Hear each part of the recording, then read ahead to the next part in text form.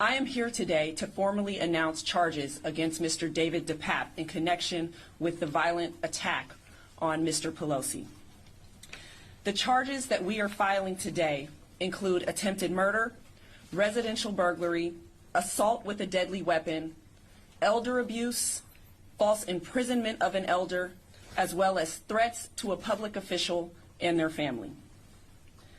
These charges are based on the following facts, many of which are contained in the federal affidavit that was filed today, as well as will be contained in the motion to detain Mr. DePape that we file tomorrow. Mr. DePape specifically targeted the Pelosi home to confront Speaker Pelosi. He forced his way into the home through a rear glass door by breaking that glass. The defendant made his way upstairs to the second floor of the home, locating Mr. Pelosi in his bed sleeping. He woke him up, confronting him about the whereabouts of Speaker Pelosi. Mr. Pelosi, who was sleeping, was wearing a loose-fitting pajama shirt and boxer shorts. He was forced to get out of bed, and at some point during that encounter, Mr. Pelosi attempted to access the elevator in the home, which has a phone. The defendant then blocked Mr. Pelosi's access to that elevator. It was at some point after that Mr. Pelosi asked to go to the bathroom, which is where he was able to call 911 from his cell phone. The defendant, realizing that Mr. Pelosi had called 911, took Mr. Pelosi downstairs near the front door of the residence. Two police officers arrived at the front door 2 minutes after that 911 call. When that door was opened, the defendant was holding his hammer, which Mr. Pelosi appeared to be attempting to control by holding a portion of that hammer. The defendant then pulled the hammer away from Mr. Pelosi and violently struck him in the top of his head. The police then immediately apprehended the defendant. What we also have learned is that the defendant brought to the location of the Pelosi residence a second hammer, as well as zip ties, rope, and a roll of tape. What is clear based on the evidence that we have thus far is that this house and the speaker herself were specifically targets of the defendant. As for next steps, the defendant is expected to be arraigned tomorrow afternoon. My office will be filing a motion to detain him without bail, and that is based on what is obvious and severe public safety risks that the defendant poses to San Francisco as well as the outer community. Violence has no place in this city, and we will work vigorously to hold the defendant accountable. One last thing that I want to say today is that as leaders and as citizens, it is incumbent upon us all to watch the words that we say and to turn down the volume of our political rhetoric. We should be able to all engage in passionate political discourse, but still remain respectful of one another. Violence certainly has no place in San Francisco or in politics. Thank you. Now, before we get to the Q&A session of this press conference that took place about 4 hours before, about 3 hours before I started recording this video, I wanted to put my notes together, and I have a lot of notes. So first, I want to thank you guys for the overwhelming support I got yesterday in my previous video. Yes, I do cover world news, current events, and I also cover boxing. I love boxing, so no matter what I do on this channel, covering these various different stories I'm going to be covering, I'm always going to cover boxing. Also, follow me on Twitter at TstreeT Controversy. The link is down below in the description box and at the top of the comments. So the details. This story does not get any more bizarre. Nothing today has helped this Monday morning or this Monday. I've watched So much news today, from CNN to MSNBC to fucking Newsmax to the fucking I gotta stop cussing. The QAnon shit. That's not me. That's not who I am. I'm looking at it from all sides, and no matter what I've heard and I've researched today, nothing changes my mind. Something happened in that house, and even though this David DePape guy, DePape, is an illegal immigrant, alleged kitty tiddler, drug abuser, has some clear psychological issues, my gut is telling me like, yo, this just don't seem right. Now here's the thing. We live in a society where we're not allowed to ask questions anymore. What about people, who believe that the world is flat? Or what about the people who believe that the moon landing didn't happen or that Tupac is still alive? I may not agree with everything, but I want to hear you out. But the way that they're trying to bury this story and so many details don't make no sense. For example, I'm going to just read off my crude notes to you. I have it all listed here to talk, and I'm just going to give you just a general synopsis of what we're going to talk about in this. I'm going to try to keep this video 30 minutes or less, but there's so much. So take your time out, like the video, subscribe. The likes really help get us up in the YouTube algorithm. I did have a shadow ban several months back, and it's clear that it's over now, where I had a community guideline strike for covering some WikiLeaks stuff, and I was suspended from YouTube for about 2 weeks, and my content was undiscoverable or not being promoted, even if I would do big views in boxing. But anyway, here's my list. So Pelosi was sleeping in his underwear and a pajama top when this allegedly went down. The poppy had zip ties, duct tape, and rope in a bag with 2 hammers. Now it's supposed to be 2. This hammer thing, it's fishy, because is it 2 hammers or 1? Originally, it was being said that it was Pelosi's hammer, and basically that he was, trying to fend this guy off. That's kind of, how the story was going at first. Back to the list before we delve into this stuff. Reports are, he said, meaning the poppy, where is Nancy? But from what I've researched, a cop heard this? Or is this from Paul Pelosi? Is he saying, he was saying, where's Nancy? Like, who heard this? My fourth point. How did he get there, and how did he get in the house? Now, they're saying that he got in the house from this back door here. You can see that, there's glass on both sides, at the bottom. At the bottom, as you can see through the panes, on the outside, on the concrete, all the way to like that first step right there. And it seems as though he was really, really whacking at it. But those doors on the other side, the left and the right, they open, and the left ones are open, but this middle one is not open. So how it just, are you kind of following me? And I guess before we go any further, what I'm saying is, from what I'm gathering from it, and from the lack of transparency, no body cam footage, and when we get into this this Q&A session right here, which we're about to listen to, from the questions that are being asked and not answered, it's looking like this guy was in that house, that he didn't break in. Now, was somebody trying to break out? Prayers to the Pelosi family, because no matter what, like old men getting hit upside the head with hammers and attacked is not supposed to happen.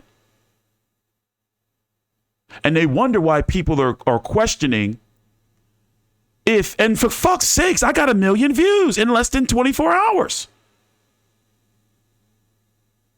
So, and if you look at the amount of what seemingly is, dodgy details and somewhat of suppression, and the fact that it's being blamed on Republicans and Republican, It don't make sense. I'm a regular dude. Like, you're not going to spit on me and tell me it's raining outside. Like, I'm just looking at it from a common sense, and the shit don't seem right. And I'm not the type of person that's going to be like, oh, okay, all right, well, the official reports say this, but that's still like, excuse my language, but this shit looks suspect. It looks suspect. So back down to my list. Was it a wellness check or a 911 call? And let's listen to that 911 call really quickly.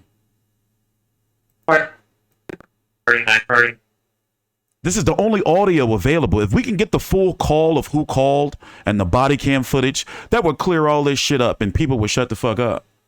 Damn, gotta stop cussing. My bad, guys. We're getting there. But listen to this. Once again. A priority 910, 2640 Broadway, cross of Scott and Normandy. Over 14-hour copy. RP stated that there's a male in the home and that he's going to wait for his wife. RP stated that he doesn't know who the male is, but he advised that his name is David and that he is a friend. RP sounded somewhat confused. 12 over back and copy. Units code 3 to 2640 Broadway per 14 hour. Over 12 over copy. 15 over also code 3. Everyone 12 advice insufficient units on scene 2640 Broadway. Special call medic 66, location 2640 Broadway. So, and I can get what they're saying when they say, okay, well, he's got this stranger in his house. Paul Pelosi was speaking in code. The guy's probably, I'm guessing they're saying that Paul's like trying to calm him down and say, oh, I'm not going to call the cops on you. You're my friend. I'm just trying to get you some help, but he's really not his friend. But, it's some fishy things. Back down to the list. I've been reading a lot of comments, and especially on social media and also on this video and other videos, people are saying this is a false flag. The narrative doesn't make sense, which I agree. The narrative don't make no sense, but that's a false flag that Nancy Pelosi and her husband, they set all this up, to get like sympathy votes because of the midterm elections coming up in about 7 days or so. As I said, I'm not going to sugarcoat it. I'm giving you, my research and where I'm getting this information from, and it's looking like that man was in there. Whether it was, a man-on-man encounter, if you get what I'm saying. Whether it was, them just getting high, or whether, the poppy was like, a dealer. But everything is pointing to that man was already in that house and something went bad. Something somewhere along the lines, went bad. Maybe, the guy was like, you old man, you're going to give me my goddamn money. And Paul Pelosi said, I'm not going to get a goddamn dime until you render services. And get out of my goddamn house. And grab the hammer. And some shit. I don't know. I'm just, hey, listen, my bad. I'm just, making light of the situation. I guess it's not a situation to make light of, but what I'm saying is something went bad. That's how I was looking. So back to the list. Who was this third person? Who was this mysterious third person?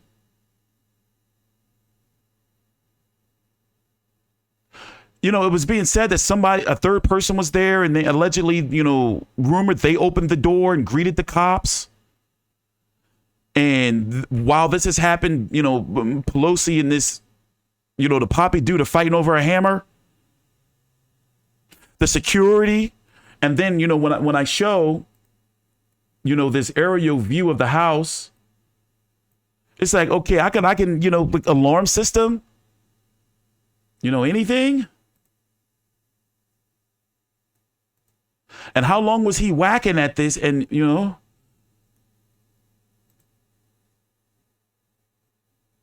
when they go a little higher with the aerial view and you look, it's like, okay, like, did he use that ladder? So here they're circling around. So this is where, this is it right here. Where he allegedly entered. Now, I'm guessing this is the whole house. Boom. This right here. Is this a part of it too? But I'm trying to figure out, like, did he have to do climbing? You know?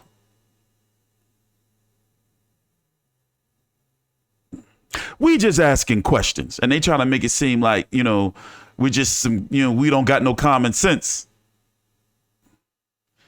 You ever hear about these the rumors about Teddy Pendergrass and, you know, or the rumors about, you know, Eddie Murphy and Magic Johnson? You know, they've run through the black community for years. This seemed like one of those situations. You know how Eddie Murphy got caught with, you know, a certain, you know. But back to the list. And then we're going to listen to this Q&A session because I want you to pay attention. So whose hammer was it? And he broke in the back door. Did Pelosi? I mean, I understand he's 82 years old. You know, did he not, you know? And why was he not tied up with this duct tape and these zip ties and this rope? Because it's being reported that this guy said he was going to stay and wait for Nancy to come home so he can break her knees and have her wheel into. It just sounds so crazy. And I understand this guy's supposed to be some crazy, super high lunatic, but it just sounds so crazy. Now, he was trying to get to the elevator. Did he call the police from the elevator or the bathroom? He called the police, released a call. Both went to answer the door. Now, this is where I'm going to play the rest of this press conference. Forgive me if I only play the audio, but I am going to be jumping in and out of it, meaning with clips of the actual press conference. But now listen to this and tell me this don't, you know, sound fishy to you. Thank you. And now we'll open up for some questions. Yes, how many? Whoa. Slow down. Before we get that, I would like to keep this a little bit orderly just because I want to make sure we're able to get through and not have a free-for-all. Yes, sir. Jim Carlton, Wall Street Journal. Brett, thank you for this. How many? Who opened the door for the police officers? And one question. The second question is, how many times he was struck? One time with the hammer, not twice? So at this time, it's unclear which of the men opened the door. And we are also still fleshing out how many times he was struck in the head.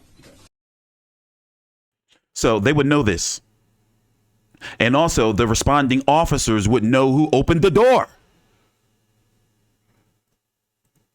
Gabriel Bachelor, Mercury News. I'm wondering how an individual was able to access the home of someone so prominent. Was there any security in place there? How was he able to open the door of this home? What I can tell you is that there was no security present and that he was able to break the window to a glass door to gain entry into the home. Did this defendant have any prior contact with law enforcement, any prior arrests, any sort of record? All of that will come out in court tomorrow. I'm just wondering, guys, we're trying to do this orderly. We'll go to Christian in the back and then you. Because if you could let us know how this investigation is going to work or how this case is going to work in conjunction with or in cooperation with federal authorities who also are mounting their own case. Yes, and so what I will say is that thus far, both San Francisco Police Department as well as the Federal Bureau of Investigations have been simultaneously investigating this case. They've been cooperating very well with each other. We have been in touch with the U.S. Attorney's Office. These will be parallel prosecutions, and we will work to make sure that both move forward successfully. D.A. Jenkins, given the intense national focus on this case and its political dimensions and some of the theories that are already out there about what transpired, how important is it for your office in conjunction with other prosecutors to paint a clear picture, including the evident political motivation for this attack? Of course, it's always paramount that the correct facts be in the public. We, of course, do not want distorted facts floating around, certainly not in a manner that is further traumatizing a family that's already been traumatized enough given the nature of this incident. And so that's why it's of paramount importance. Can you cover some of the things that police found in the interview with Mr. DePape in terms of his attempt to go after the speaker and wait for the speaker and what his plans were for her? I think I've covered as much as we're going to cover today. More facts will be contained in our motion to detain that we will file tomorrow in court that you'll have access to. Sergio? Can you talk a little bit about his current state? Our understanding is that he's still being held at General Hospital. Can you talk a little bit about that and his arraignment tomorrow? So I'm not aware of where he is currently. He has obviously been booked on these charges. We will file our complaint. We expect for him to be in court tomorrow, and that's the most I can say. You spoke about this will be revealed in the arraignment tomorrow. When and if will we see the body cam footage from the cops? When it is made available during a court proceeding. That's the way that this works. Or will it become public? If it is played in a court proceeding, it will be public then. Some of the details in the federal charges today talked about finding a journal on the scene that he had brought, saying that he wanted to use Nancy Pelosi to lure some other individuals to the home. Maybe you or can the chief speak to some of those details? What do we know about the journal or about trying to bring someone else to the home? No, we're not revealing any other details at this time. As we've said, this investigation is still ongoing. And so what we have offered is what we believe the relevant facts are that are the basis for the current charges. Right here.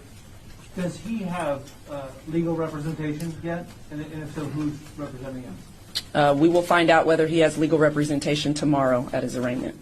So can you definitively say now this was obviously politically motivated?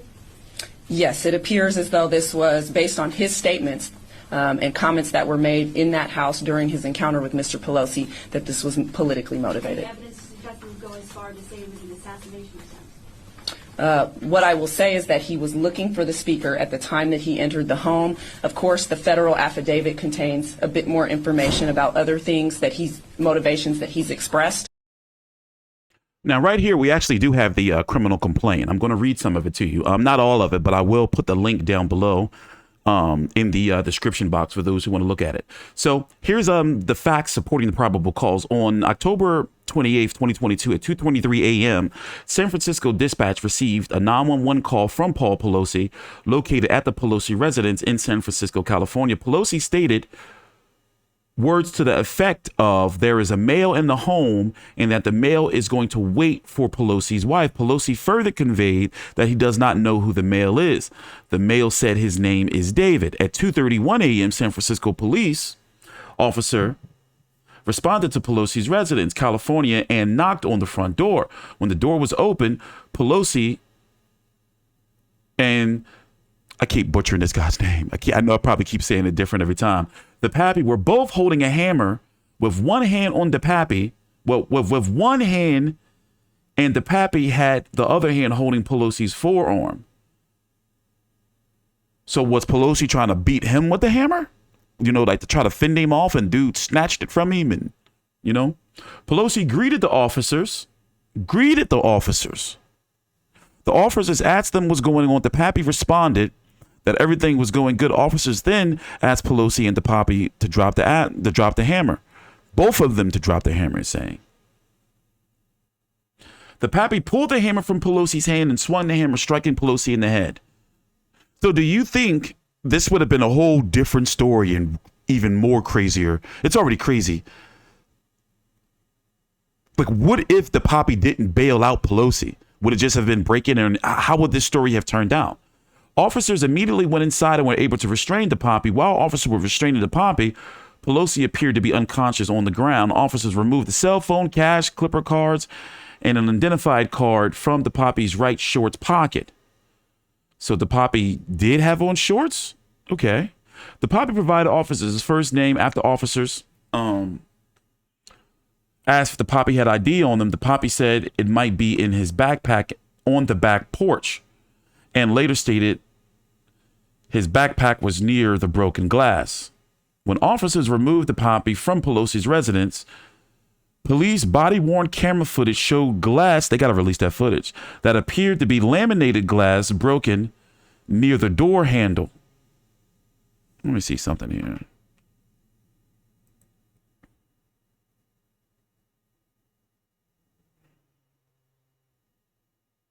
Still a little weird.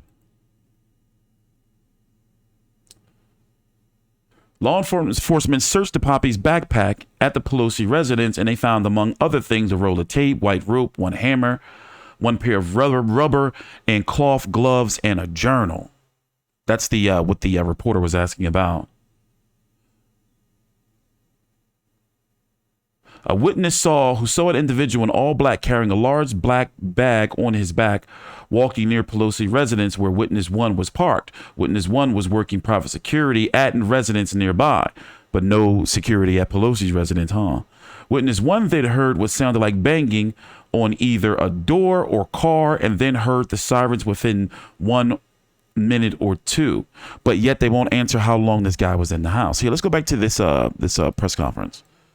But he certainly did enact what we believe is an attempt to murder her husband at the time that the police arrived. Blue jacket.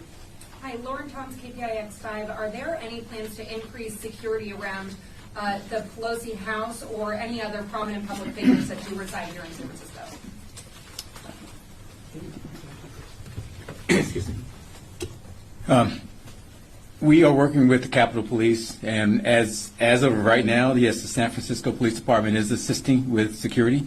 We will do whatever is necessary, and we'll sort out whatever we need to sort out in terms of what happens long term. But right now, we want to make sure that people are safe, that they feel safe. I mean, this is shaking a lot of people, and we want to make sure we do what we can. So yeah, we're working with the Capitol Police on that, and there is a presence right now in a San Francisco Police Department presence as of right now. Quick follow-up.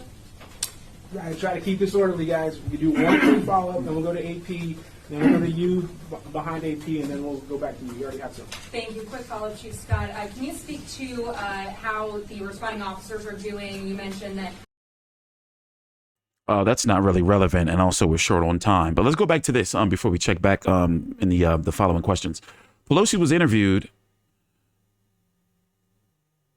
in the ambulance during transport to San Francisco General Hospital. Pelosi stated he had never seen DePape before. Pelosi was asleep when DePape came into Pelosi's bedroom and stated he wanted to talk to Nancy. When Pelosi told him that Nancy was not there, DePape stated he would sit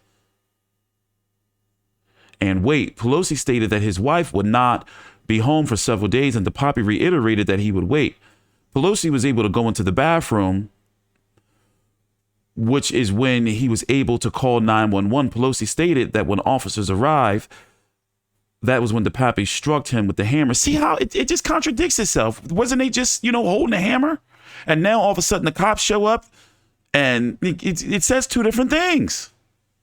In a subsequent interview with law enforcement on October the 30th, Paul Pelosi stated that DePape had a hammer with him during the events described at the above Pelosi residence. Further, the hammer did not belong to the Pelosi family. Now, here's where things get more interesting. DePape's interview. DePape stated that he was going to hold Nancy hostage and talk to her.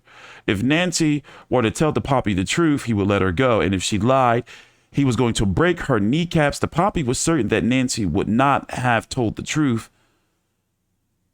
In the course of the interview, DePape articulated that he viewed Nancy as the leader of the pack of lies told by the Democratic Party. DePape also later explained that by breaking Nancy's kneecap, she would then have to be wheeled into Congress, which would show other members of Congress that there were consequences to actions. DePape also explained generally that he wanted to use Nancy to lure another individual to DePape. This just, I understand this guy's supposed to be a sicko, but this shit sounds just so ridiculous.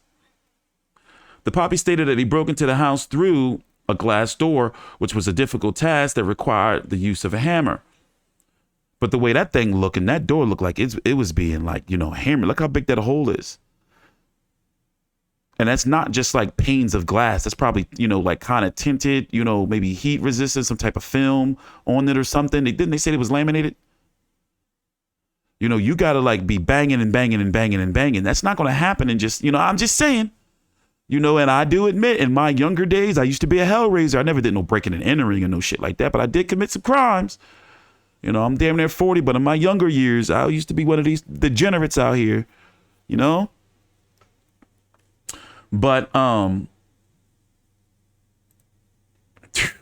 Pelosi respond. Okay, wait, where was I at? Okay. DePape stated that Pelosi was in the bed and appeared surprised by DePape. DePape told Pelosi to wake up.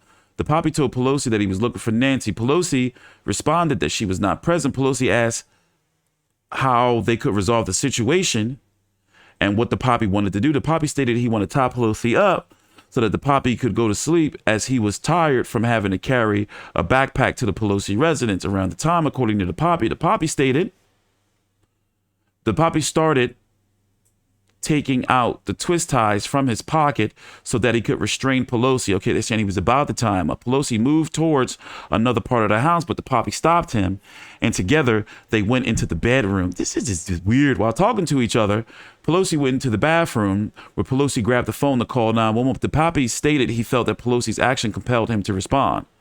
The Papi remembered thinking that there was no way the police were going to forget about the phone call. The Papi explained that he did not leave after Pelosi's call to 911 because, much like the American founding fathers with the British, he was fighting against tyranny without the option to surrender this shit. I don't even want to read it anymore. Like, is it a crime? Am I doing something wrong by saying that I don't believe this shit? Why can't I not believe it? Why can't I believe that, you know, these very, very powerful people probably had somebody come in and, you know, like really powerful, a cleaner, to put all this bullshit together? Because this shit sounds like some bullshit. I can't imagine saying, you know, like, you know, I'm trying to put myself in Paul Pelosi's situation. And if I think it was being true, how do you explain that to your homies? How do you explain that to your friends? Like, your homie's gonna be looking like, so like, bro, this shit don't make no sense. Like, you know what I'm saying? Like, this is what's taking me out. D, you know, why he stayed when he was calling the police. I understand, once again, this guy's supposed to be a sicko, whacked out of his mind. I get all that. He's supposed to be some sicko, super high as a kite, probably drunk, you know, doesn't have the best credibility. Everybody been trashing him on social media, you know, from neighbors. You know, he was a homeless man. I get it. Credibility is in the dumps. But the Papi remembered thinking there was no way the police were going to forget about the phone call. The Papi explained that he did not leave after Pelosi's call to 911 because, much like the American founding fathers with the British, he was fighting against tyranny without the option of surrender. The Papi reiterated this sentiment elsewhere in an interview. The Papi stated that they went downstairs to the front door. The police arrived and knocked on the door. Pelosi ran over to open it. Pelosi grabbed onto the Papi's hammer, which was in the Papi's hand at the time. In the point of the interview, the Papi repeated that the Papi did not plan to surrender and that he would go through Pelosi. The Papi stated that he pulled the hammer away from Pelosi and swung the hammer towards Pelosi. The Papi explained that Pelosi's actions resulted in Pelosi taking the punishment instead.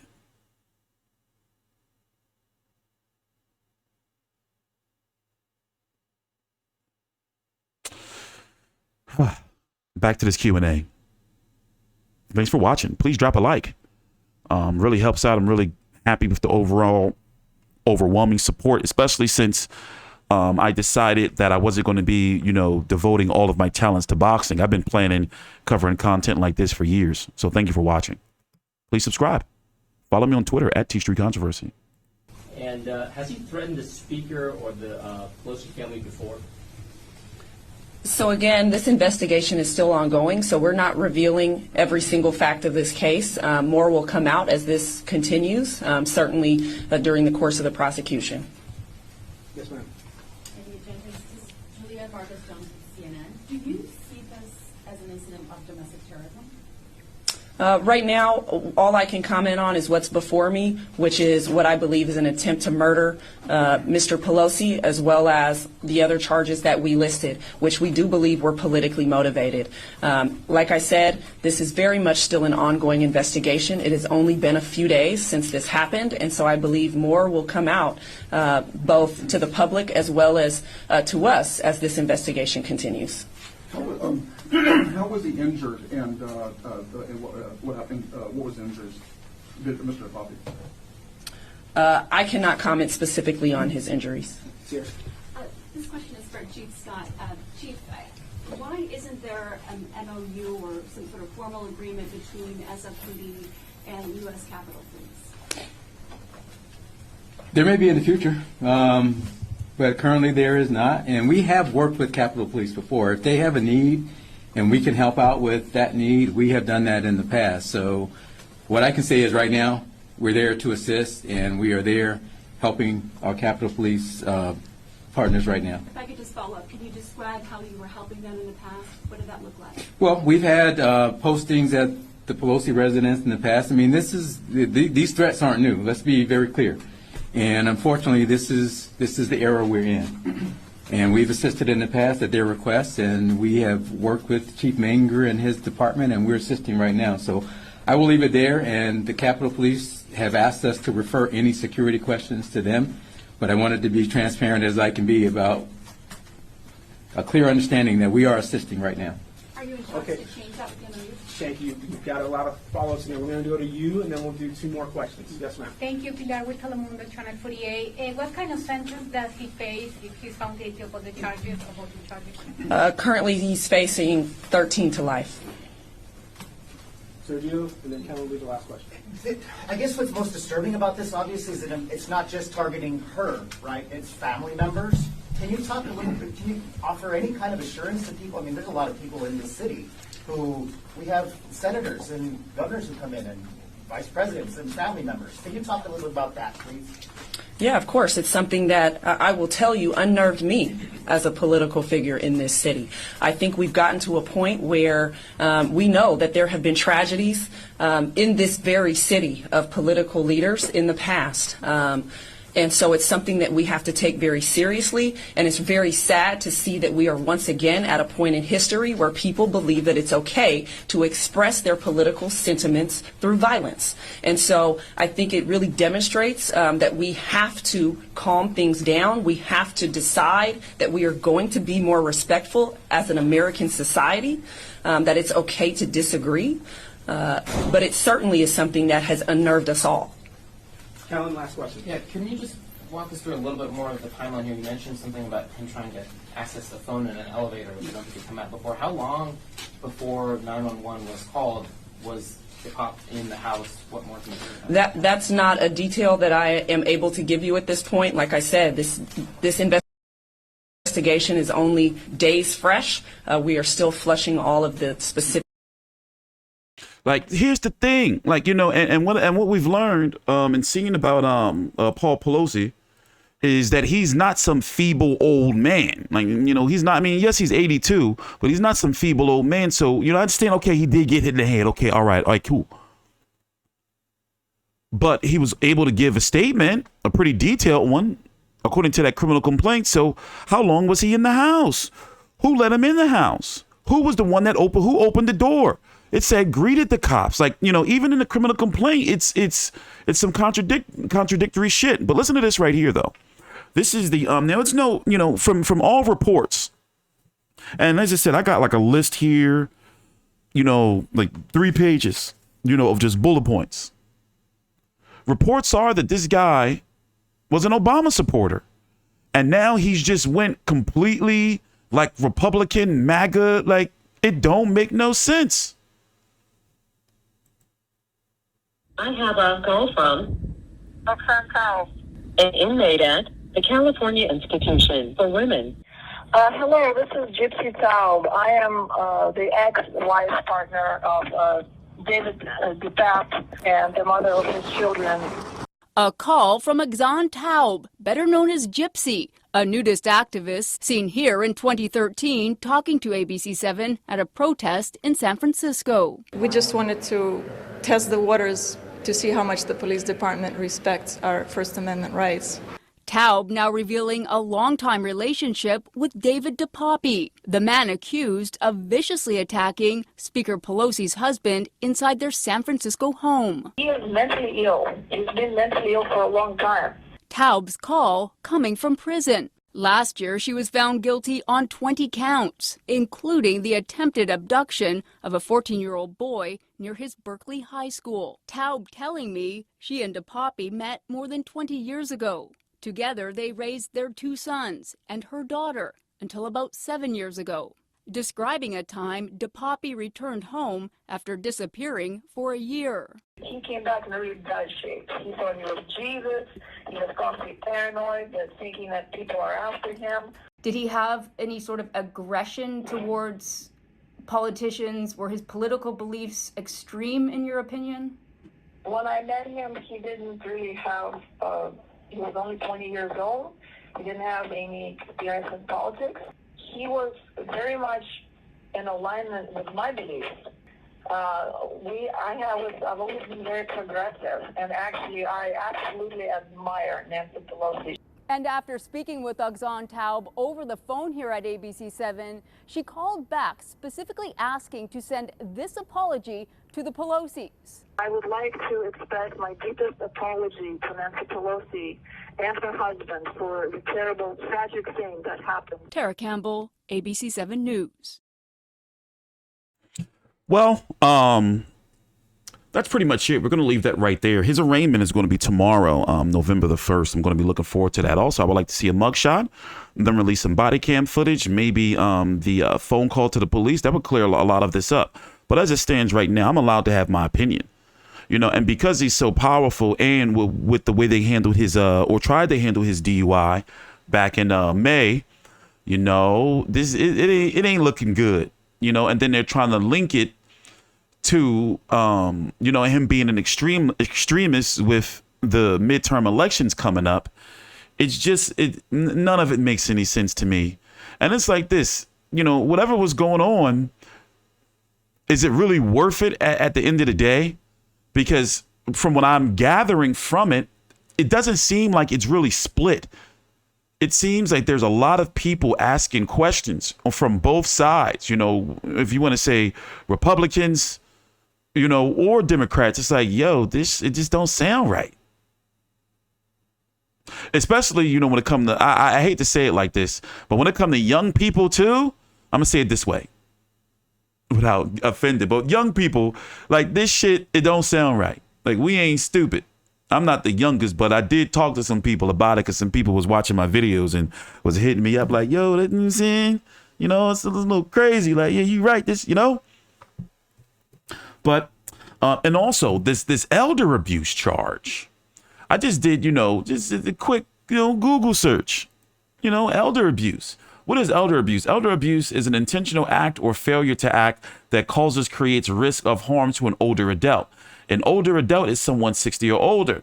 The abuse occurs at the hands of a caregiver or a person the elder trusts, and he did call him his friend.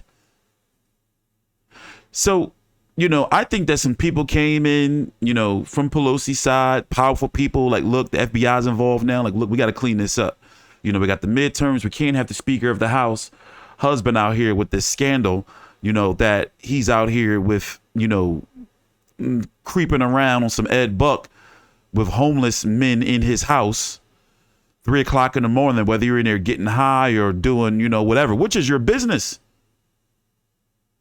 But I don't like when they try to lie to us or try to make it seem like we don't have no right to question because, well, look, the official reports say this. Like they don't have nothing to lose or a reason to hide the shit. And we want to know, how long was he in the house? This is one of those stories that's so crazy and there's so many holes in it. I'm interested to see how they're going to keep trying to clean this up, or is it just going to go away? You know, let's see. Take a time out. Thank you for listening. Thank you for watching. More content like this coming soon. And of course, I love my boxing, so that ain't going nowhere. Follow me on Twitter at TstreeT Controversy. The link to the criminal complaint, the press conference, and the my Twitter will be down below in the comments and the description box. Thanks for watching. Please subscribe.